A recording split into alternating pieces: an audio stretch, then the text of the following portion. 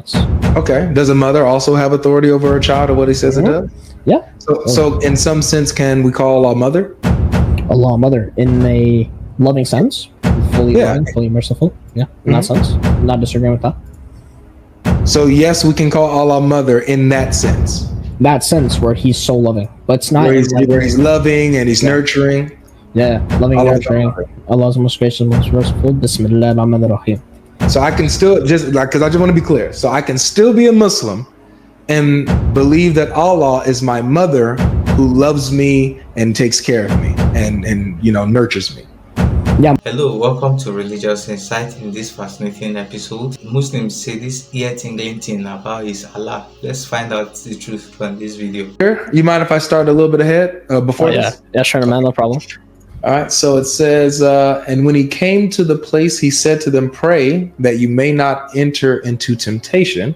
And he withdrew from them about a stone's throw and knelt down and prayed, saying, Father, if you are willing, remove this cup from me.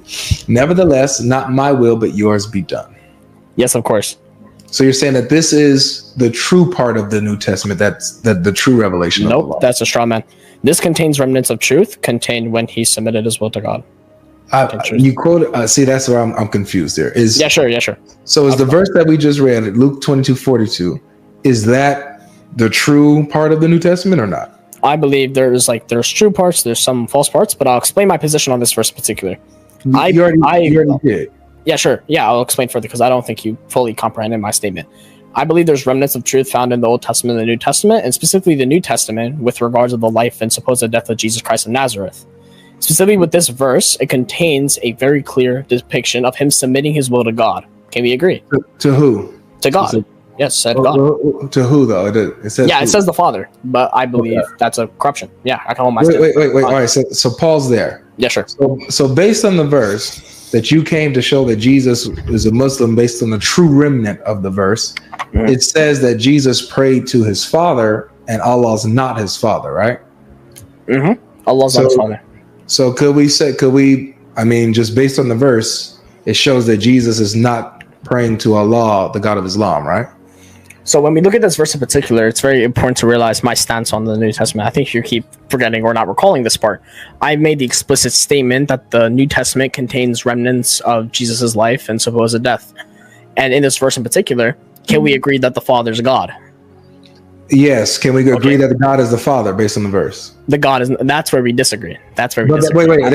This is what I asked. Can we agree that God is his Father based on the verse? God is his Father. Yeah, we can agree with that statement. So when you said, and I understood what you said, said that there are true parts in the New Testament and there are corrupted parts in the New Testament. So I specifically asked you, where are the true parts of the New Testament that shows that Jesus submitted to the God of Islam? I misheard you. That's my fault. I got you a different verse. That's my fault. Right. So you said Luke 22:42, and I'm like, that's... Yeah, I see fine, yeah. Okay. Well, can we at least agree here that based on this verse, he can't be a Muslim by saying that God is his Father? It depends on what sense you're talking about, like a father. You say what's the sense you're talking about it? But you said, remember, you said earlier that Allah's not a father to anyone in any sense. Yeah, sure. Father in any sense, when I'm referring to any sense, it's not meant, it's more of like a hyperbole, if you put it that way, because I'm simply exaggerating it. But sure, we'll go with that position. So are we retracting that? Is there a sense that Allah is a father?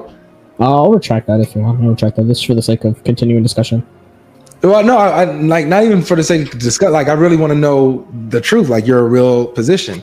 Is there a sense where Allah is a father? No, not in in a protective sense, but not he is a literal father with a beard, stuff like that. So the answer is yes, there is a sense in which Allah is a father. There is a sense, but not in the sense you're projecting it to be. I haven't projected any sense. I haven't projected anything. It's a matter of connotation, but you know what I mean. Got it. So it matters the connotation. It matters the sense in which you use it. So Allah is a father in some sense. Yeah, very specific sense, but yes. And what sense is that? He is the creator of the universe. That doesn't mean father. Father. Does a father have authority? Sure does, but so does a lord or a master, not a father. Don't have to be father. Yeah, does a father have authority over his children? Yes, but so does someone who's not a father, like a teacher or a lord or a master, or someone, a babysitter. Yeah, sure, but in this specific example I use, a father has authority over what a child says or does. Okay. Does a mother also have authority over a child or what he says or does? Yeah. So in some sense, can we call Allah mother? Allah mother in a loving sense, fully loving, fully merciful. Yeah, in that sense. Not disagreeing with that. So yes, we can call Allah mother in that sense. That sense where he's so loving, but it's not where he's loving and he's nurturing. Yeah, loving, nurturing. Allah's most gracious, most merciful. Bismillah ar-Rahman ar-Rahim. So I can still because I just want to be clear. So I can still be a Muslim and believe that Allah is my mother who loves me and takes care of me and nurtures me. Yeah, mother in the sense of like being the most great, like in the really loving, like that's the way to conceptualize it. No problem. You got just make it clear. Just knowing your position. Yeah. Cool. Okay. Nice. All right. So go ahead. Show me the verse that. Yeah. Sure. Yeah. I see the side chat. They're all laughing and stuff. It's fun, bro. It's fine. Sure. Are you Sunni? Oh yeah. Awesome. Okay. Cool. I mean, I appreciate you being honest, man. Why would I be dishonest, man? That I get you can imagine I get a lot of people who are like here just to argue. They're not here to be real. Or I came here to discuss the Trinity, but like I'd rather discuss with you this point with the New Testament. No problem. Let me look at this. Trying to find explicit verse, more explicit than most, because most I will agree. The New Testament is a document that pushes certain concepts. Yes. It has a specific theology that is specific theology. We would disagree with that theology is for sure.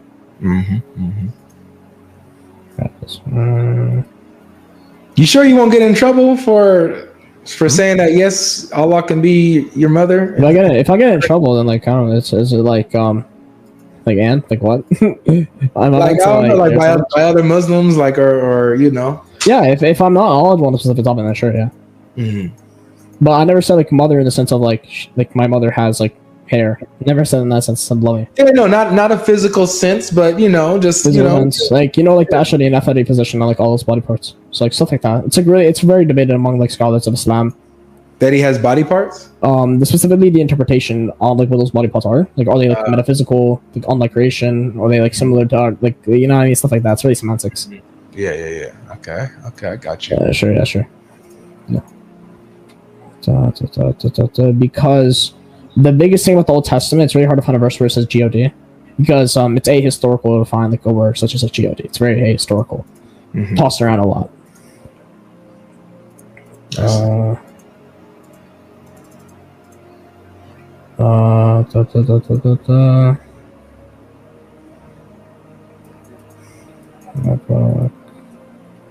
Trying to remember this one verse.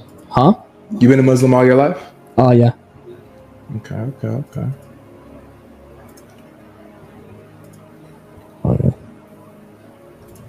Come on, man! It shouldn't be that hard to find out. No, it's a very big book, man.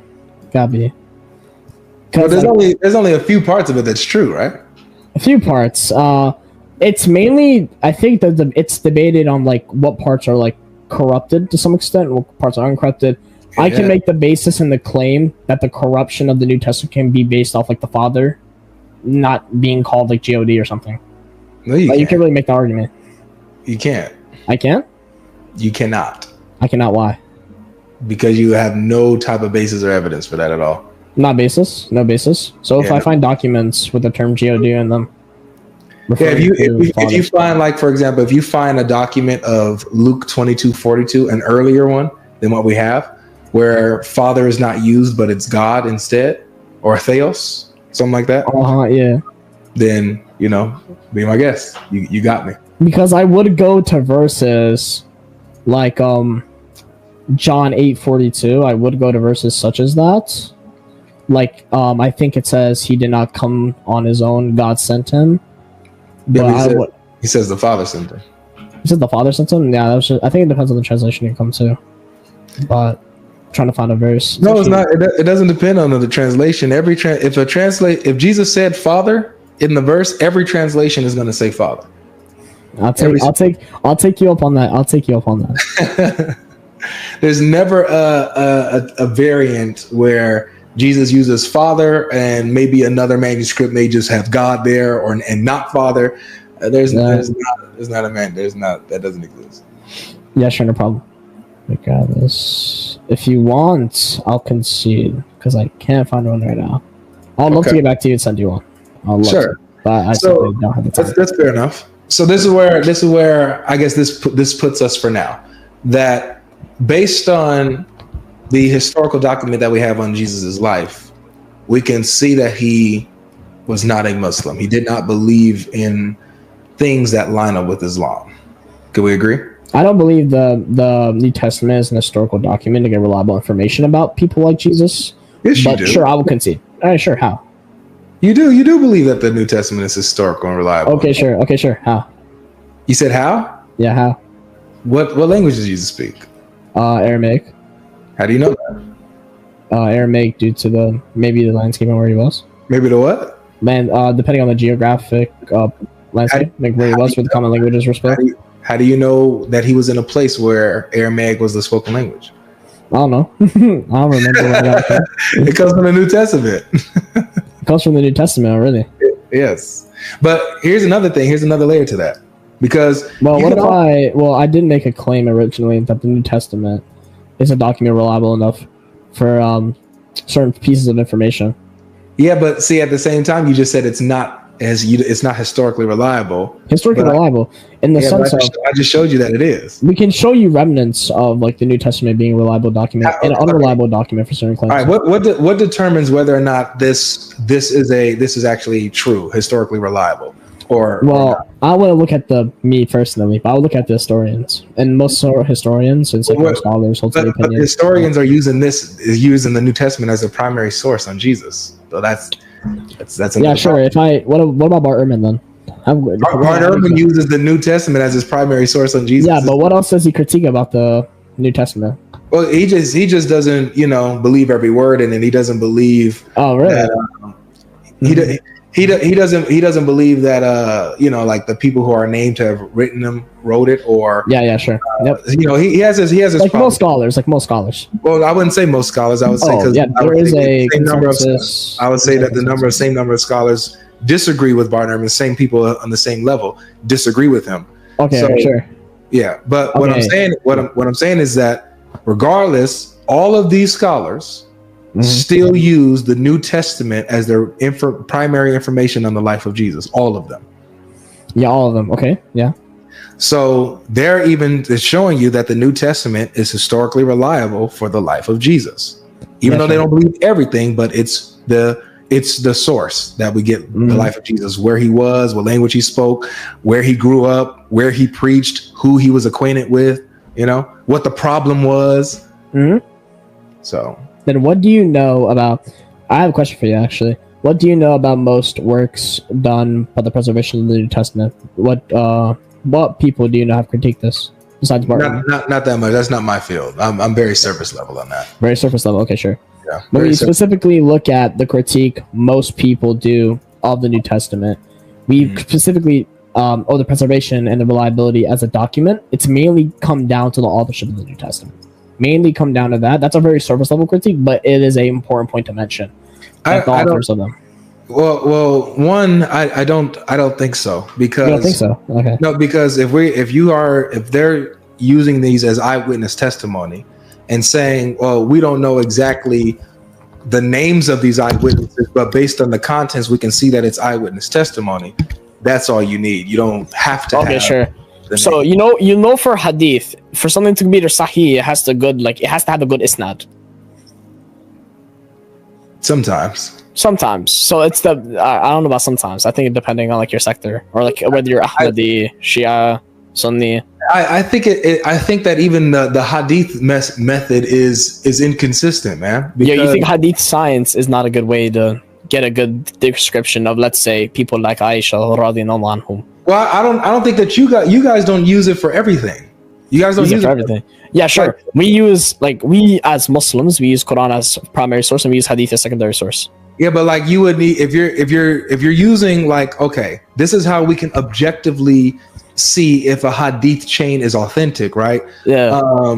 Then that would be an objective standard you can use for everything, even the Quran, right? So you would need a Sahih chain for the Quran. You would need a chain of transmission. That's what you're referring to with Quran. Right, a chain of transmission, but not just that though, but also to even go further, you would need a chain to this Injil that the Quran mentions, a chain to the Torah. Oh yes, the Injil, yes. Yeah, so you would need, like, to be consistent, you got to apply that standard to everything in Islam. Yeah, sure. What does the Quran say about the Injil? Do you know? It says a lot. It says a lot, and it says nothing at all at the same time. Sure. Yeah, sure. So let's look at what the Quran says about the Injil. Because I've seen you argue that the Injil is the New Testament. I've seen you argue this point before. I disagree with that point personally. You disagree? I disagree with that. What? Because I want to ask you a question. Wait, hold on a second, Omar. Hold on a second. Yeah. You just hit the button, baby.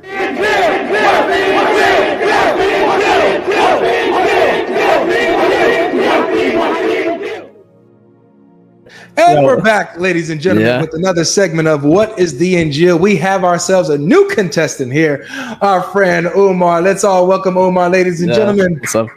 Ooh, yeah, all right. So Umar says that he does not believe that the Injil is the New Testament, which means he knows what the Injil is. So go ahead, Umar. Tell us what is the Injil. That's a straw man of the position, first of all. And second off, the Quran makes an explicit claim of the Injil as being the message given to the Isa alayhi salam. The message given to Jesus. Yeah, okay. Sure. And what was that? It's in the Injil that preached the Sharia. In its most interpretation. So let me grab it for you. Where does the Quran say that the Sharia is in the Injil? Yeah, sure, no problem. Let me grab you it. It's not word for word, bar for bar, that type of thing, but I'll grab it. Okay. I'm not that strict. Yeah, sure, no problem. We can use understanding when verses are pulled up. You know, use our comprehension. So let's first off identify the Injil. So it's in Surah 3, Ayah 3, Surah Al-Imran, if you know what that is. Of course, you know that. Of course, I know what that is. What?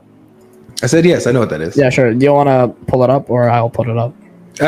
You said 3:3, right? Yeah, 3:3. Yeah. That's okay. He sent down the book confirming, what came before it, and he sent down the Torah and the Gospel. Yeah, sure. And then in the next verse, it says, "Previously as a God for the people, and revealed the decisive authority. Surely those who reject Allah's revelation will suffer severe torment. For Allah is Almighty, capable of punishment. Surely nothing on earth and in heavens is hidden from Allah." Do we agree? Yes. So we know that the Injil is a revelation from Allah. We know that the Injil was given to Jesus. But what was that? So in the text, from what we know what the Injil is, it says specifically in Surah 3, Ayah 48, and he will teach him the writing and wisdom and the Torah and the Gospel. So I'm going to go to 48 and read it out loud for you. Surah 4, Ayah 48. Yeah, sure. It says, Mary wondered, my Lord, this is in 47, just to give you context. Mary wondered, my Lord, how can I have a child when no man has ever touched me? And the angel replied, so will it be. Allah creates at what he wills, and when he decrees a matter, he simply tells it be, and it is. And Allah will teach him writing and wisdom, the Torah and the Gospel.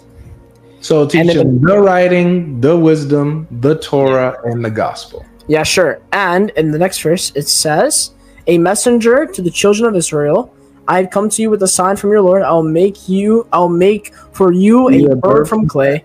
Breathe into it and become a real bird by Allah's will. I will heal the blind and the leper and raise the dead to life by Allah's will, and I will prophesy what you eat and store in your houses. Surely in this is a sign for you if you truly believe. So what is that? What is that gospel though? All of this doesn't help us. What is the sure. In the next verse, it further clarifies. And I'll confirm the Torah. The next verse does not help us. Yeah, well, hold on. You gotta it literally does nothing to answer the question of what the gospel is. It does nothing. Hold on. You gotta let me cook here. Let me cook. All right, go ahead. Then I'll go to this one. Let me double check my facts real quick before I spew off a little bit. Hold on. Hold on. I'll be right back. Give me a moment. I gotta use the restroom. Where you going? Oh, you use the restroom? All right, ladies and gentlemen, we are at a commercial break. Let's go ahead and play our commercial song while our friend gets. Make sure you guys hit the like button and subscribe to the channel. This is the segment, What is the Injil? And our contestant is confident. Our contestant is precise. Our contestant is sharp. And he might be the best contestant that we've ever had in this segment of What is the Injil? So we've established, y'all, that the Injil is a revelation from Allah. We've established that the Injil was taught to Jesus. It was given to Jesus. But the only question that we're still asking is, what is it? So when our contestant gets back, I believe that that's what he'll tackle and tell us what is the Injil.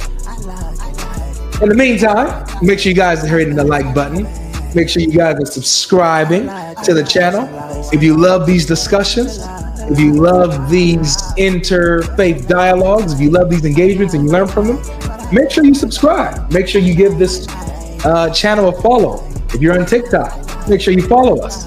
All right, we're live all the time, Monday, Wednesday, and Friday. Sunday is a special time, decided to go live, especially for this. So also subscribe to One Way Apologetics, who inspired this live stream because we were doing a review earlier. All right, there we go. Let's get to some super chats here. We got Piers Taylor who says, God bless. Oh, he's back. I'm back. All right, awesome. He's back, sure. Ladies and gentlemen. He's back. Sure, yeah. All right. Yeah, I had to use the restroom. My fault. No, it's all good, man. It's all good. So, Yeah, sure. what is the Injil now? So the Injil, to my understanding of the Quran, Sunnah, and scholars, I'll say, because we don't only base we're not Quranists. We don't solely base our entire religion from Quran. Muhammad especially made this statement as well. Back ago, and it's consistent with the Sharia. And I'll grab you from some people, some scholars. So, are you saying the Injil is consistent with the Sharia? Consistent with it says the Sharia. We believe that every prophet preached the same message. Okay. You believe that every prophet preached the same message. Yes. So did every prophet preach the Injil? Every the Sharia. It's called the Sharia. It's Sharia law. It's laws based off of Islamic principles, and Islamic principles is like Sharia, and the term Sharia is like Islamic values. Got it. So every prophet preached Islamic values, but even though their message may have varied, depending on their time and the audience they came with, right? Yeah. Okay, so that's what I'm trying to figure out specifically. The Injil, what was that? What is that? Let me grab the scholar real quick. I don't want to spew out of just nothing really. Okay. Let me grab a reputable thing real quick. I don't want to grab the bad source real quick. Commentaries. What are you looking up? Maybe I can help. Yeah, I'm looking at tafsir, stuff like that. Let me grab. I sent a link in the side chats. This contains every commentary for tafsirs on 378. Okay. Specifically, talks about the Torah and the Injil. It even talks about with Ibn Kathir, the Jews alter Allah's words. Yep. It's words and meanings with their tongues. Yep, sure. And then let me grab an explicit statement about the Injil is. Okay.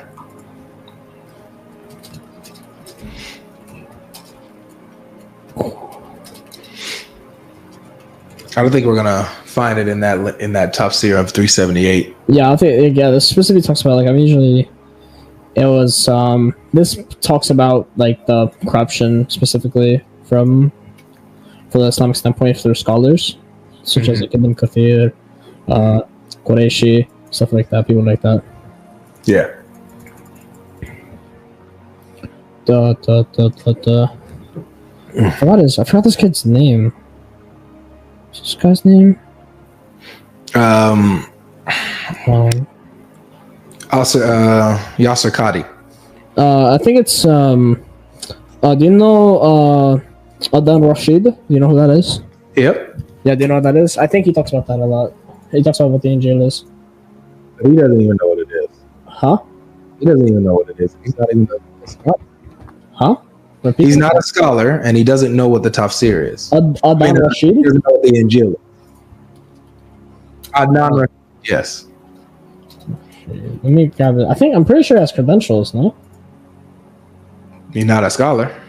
I'm I don't know. pretty sure he's an historian. He's Adnan Rashid. Adan Rashid, yes. No, he's not. Yes, he's a distinguished historian. What do you mean? Adnan Rashid, the one who's debated, Dr. James White and all these people? Yeah, that guy. The Adan Rashid. That guy. I put him in the link in the chat, in the private chat. That's the guy I'm referring to. He talks about the Injil. I'm using a historian. Yeah, what do you mean? This guy's definitely... He has credentials, that's all I know. About to see what you're talking about. I'm 99% sure that's like a scholar. Yeah, Adnan Rashid, bro. Yeah, isn't he a historian? No. Yeah, he has an honors degree from the University of London. Bro. Why do you reject him? Guys, no, man. Adnan Rashid is not your scholar, dog. He's an historian. I said he's a historian. What do you mean? You're saying he's a historian? No, I didn't say. Yeah, he's an historian with an honors degree in history from the University of London. Okay, what does he say the Injil is, man? I think he makes the explicit claim that the Injil is a message given to Isa alayhi salam. It's the explicit message. What is that? The message given to Isa, like, look, bro. We know that. We know. I have a video. I'll play it in the mic. You're playing a video, Umar. Yeah, bro. I can't put it into the same words, man. Oh, come on, Umar. This is not how this segment's supposed to go. How's it meant to go then? Curious. You're supposed to know what the Injil is, or just say you don't know. I mean, I will never concede on this point. I'll never concede on this point. You'll never concede on what the Injil is? No, I'll never concede. Yes, you will. Yes, you will. Who says so? You? I think you will. You. I don't think I will. Man. You're an honest guy so far. I think if it comes to a point where, a concession is necessary, I think you'll concede for sure. I have a really good thing. I have a really good way to prove this. Really good way. I have a really good way to prove this. So if I show you that he preached Islam in the Quran, will you accept it? No, because that's just a claim. Yeah, just a claim. But when I give you the sense of the Injil and I give you the interpretation of what the Injil is based on the Quran, would you accept it? I will accept what the Quran is saying. Yeah, but however, I need it to tell me what it is. See, look, I know what the Quran says. It says a few things about the Injil. One, it's a revelation of Allah. Two, it was given to Jesus. Jesus is the one that preached it. Three, it was written down eventually. Four, the Quran confirms it. Five, the Christians are supposed to judge by it. So with the Quran as an authority. No, not with the Quran at all. No. Are you wait? Why do you wait? We'll get to that. Okay. We'll get to that in a second. Okay. I'll figure that later. No problem. All right. So these are the things that the Quran says about the Injil. Okay. But it doesn't tell us what it is exactly. It doesn't tell us. Okay, sure, no problem. See, you just conceded. Okay, sure. No. You know what I'm gonna say, right? I have an idea. We're gonna use Quran to prove this. So I'm inviting you to. I have an idea. Okay. So when we go to Surah 5, ayah 48, right? It says that like the book, he said, we have revealed to you, O Prophet, like that's on the Arabic, but like sure, this book with the truth as a confirmation of previous scriptures, right? It says that, and supreme authority and a supreme authority on it doesn't say supreme authority. It says guardian, Muhammad. Guardian. Oh yeah, you're right. Actually, my fault. So judge between them by what Allah has revealed, and do not follow their desires of the truth that has come to you. This is Allah Azza wa Jalla speaking to the Prophet Muhammad sallallahu alaihi wasallam. Mm-hmm. And then in the next verse, I'll keep reading it. Yeah, but I think I already know what this is, but I'll read it out loud for you, no problem. Yeah, to each of you we have ordained a code of law and a way of life. If Allah had willed, He would have made you one community. But His will is to test you with what He has given you.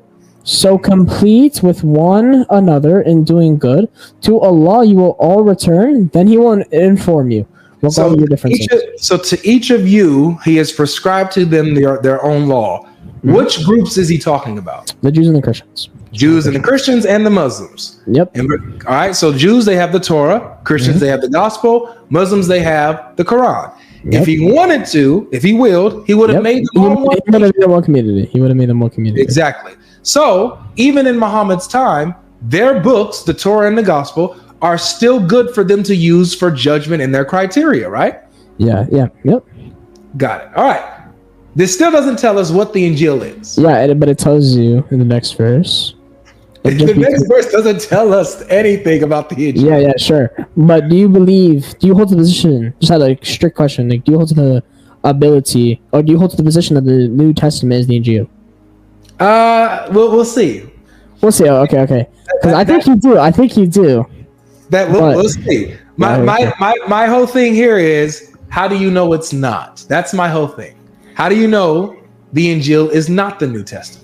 Dude, this happened with Dawa Rodunya and the other guy. It sure did. It definitely did, and I saw a clip where the New Testament comes after Jesus, right?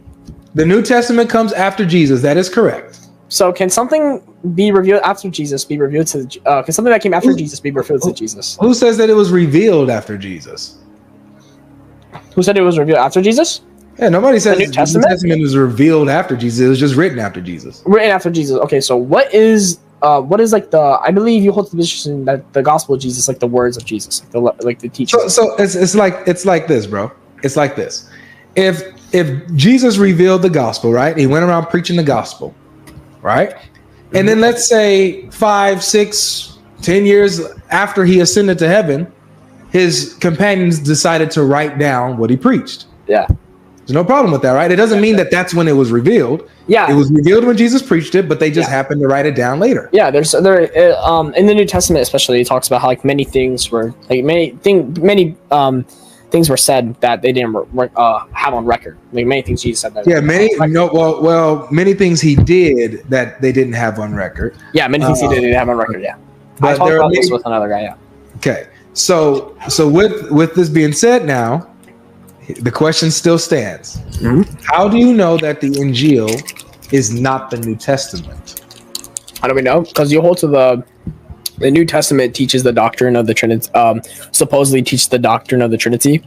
Do you? The Trinitarian doctrine? I don't believe so. I don't believe so. Okay, so it doesn't matter what I believe. Yeah, sure. Yeah. But with the position I held previously, with regards to how the New Testament contains remnants of truth of Isa alayhi salam. Okay, but in this verse, in Surah 5, ayah 49, it says, "And judge between them, O Prophet, by what Allah has revealed, and do not follow their desires, and beware, so they do not lure you away from some of what Allah has revealed to you. If they turn away from Allah's judgment." This has nothing to do with the Injil. Yeah, it will. Let me circle back.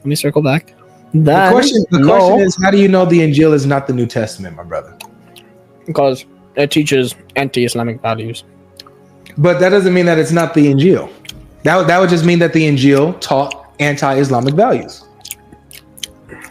The Injil taught anti-Islamic values. Yes, and the Quran is confirming a book that contradicts Islam. That's all that would mean. Okay, I have a question. If the Injil is the New Testament, then like what canon is it? Wait, no, that has nothing to do with the question. But we can deal with that next. I promise you. But first, let's establish what the heck the Injil is first. So, do we see, at least so far, that you have nothing to stand on? You have no basis to say that the New Testament is not the Injil. No basis? Mm-hmm. No basis. I would say like I do have a basis. But what's your basis? Basis would be like, I don't know, like scholarly interpretation, but I just can't find it right now. Scholarly interpretation? The scholars use the New Testament a lot of times in their interpretation. Yeah, but like the Islamic scholars in particular. Matter of fact, Islamic scholars. Matter of fact, when we look at a particular commentary of the Quran, look, watch this. When we go to 7-157, I'm gonna show you what a commentary does. Can you stop smacking in the mic? My fault, I was eating. I know. Look, and let's use halali. Let's see what the two scholars said. When we look at this translation of the Quran, look, I have it over here on the right. This is 7-157. Those who follow the messenger, the prophet who can neither read nor write, i.e. Muhammad, whom they find written with them in the Torah, and then they quote my Bible, Deuteronomy chapter 18, verse 15, and the Injil, the gospel, John chapter 14, verse 16. Yeah, sure. So even the Islamic commentaries say that the Injil is our Bible. Wait, what scholar is this? Who is this? This is Halali and Khan. These are two scholars together. Are they what's like their what's their school of thoughts? What's their aqidah? I don't know that deep. All right.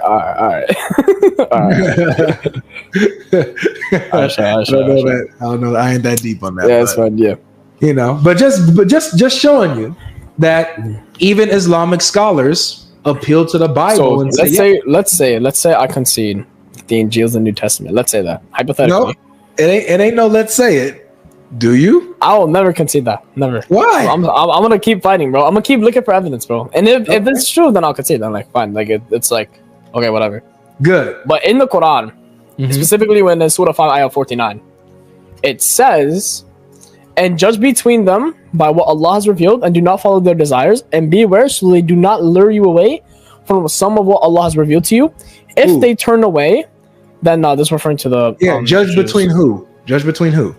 Just between them, O Prophet, the Jews and the Christians. Beautiful. So not the books themselves, but the people, right?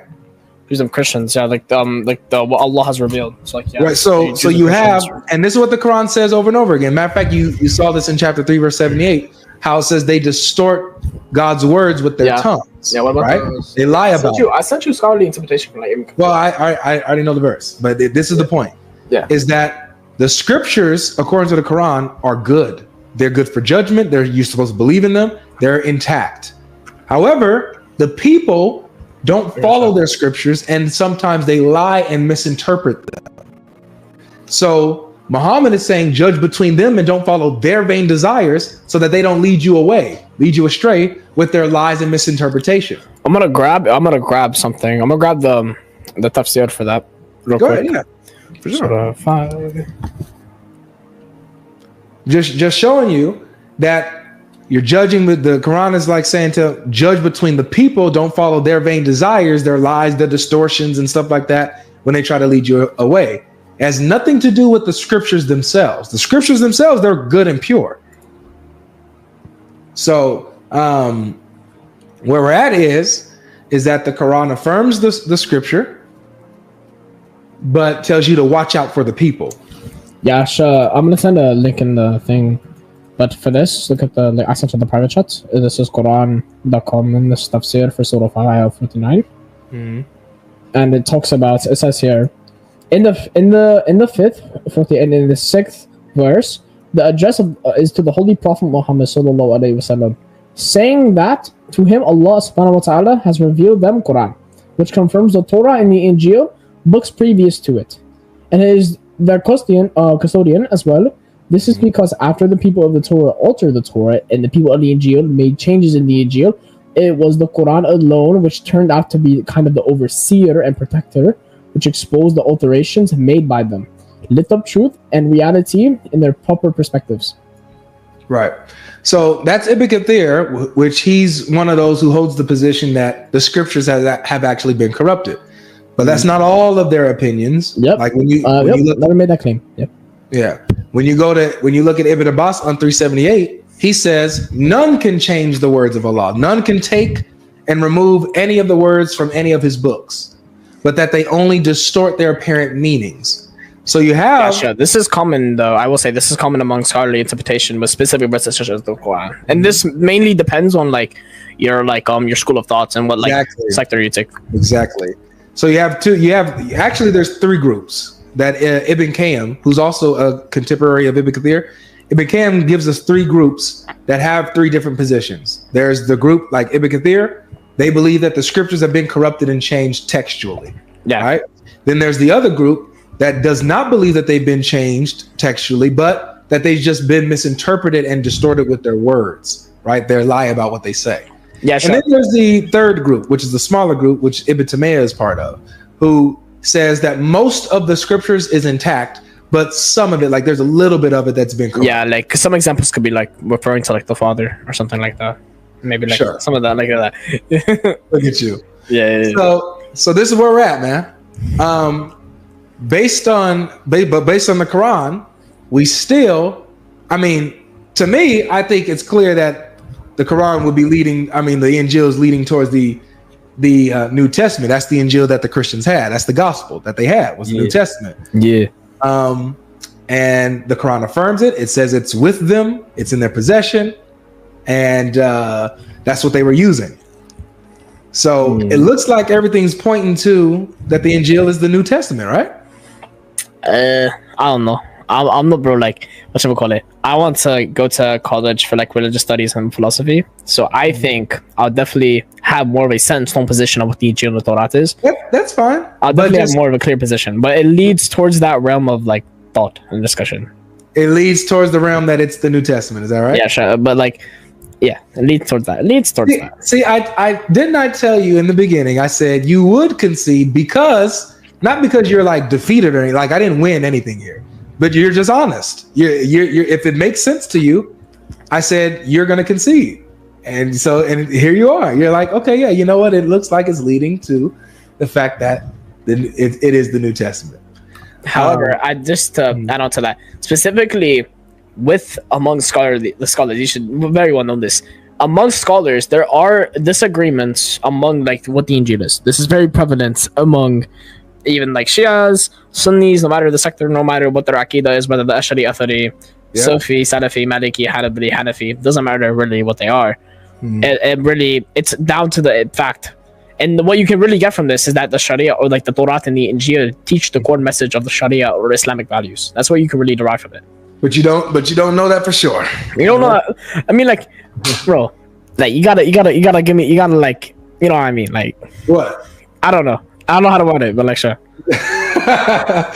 All right, look, hey Umar, you are welcome back anytime, bro. Yeah, sure, man. Monday, Wednesday, Friday, so come back again. I'm gonna let the next guest up though, but this was fun. I had a good time with you, bro. Yeah, bro, mashallah. All right, take care, man. All right, guys, and that's our segment of what is the Injil. And 9 times out of 10, if the Muslim is honest, it is going to lead to the Injil being the New Testament.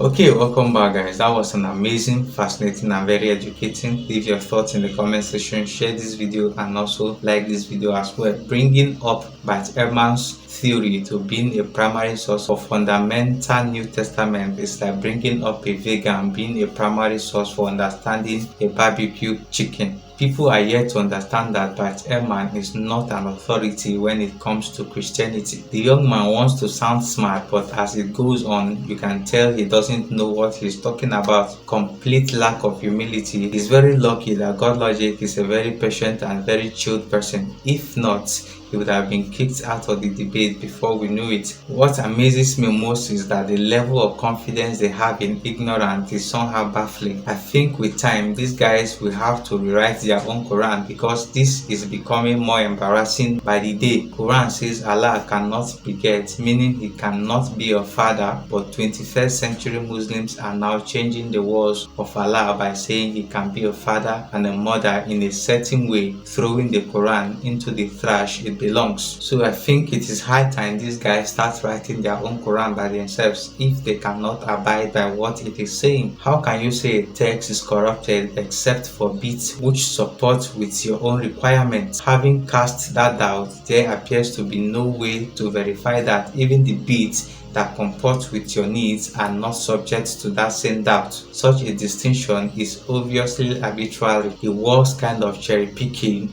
in a debate that you can ever see. To them, the whole scripture is corrupted except the one that supports the argument, and once they are being exposed, even the parts that support the argument, they go against it immediately. This is double standard and it is dishonest behavior, and I'm beginning to love these arrogant young Muslims. They make the best guests on this show, and they also help in destroying their religion with their ignorance. So guys, that was an amazing one. Share this video, subscribe, and also don't forget to like it as well. We would love to see you in the next episode.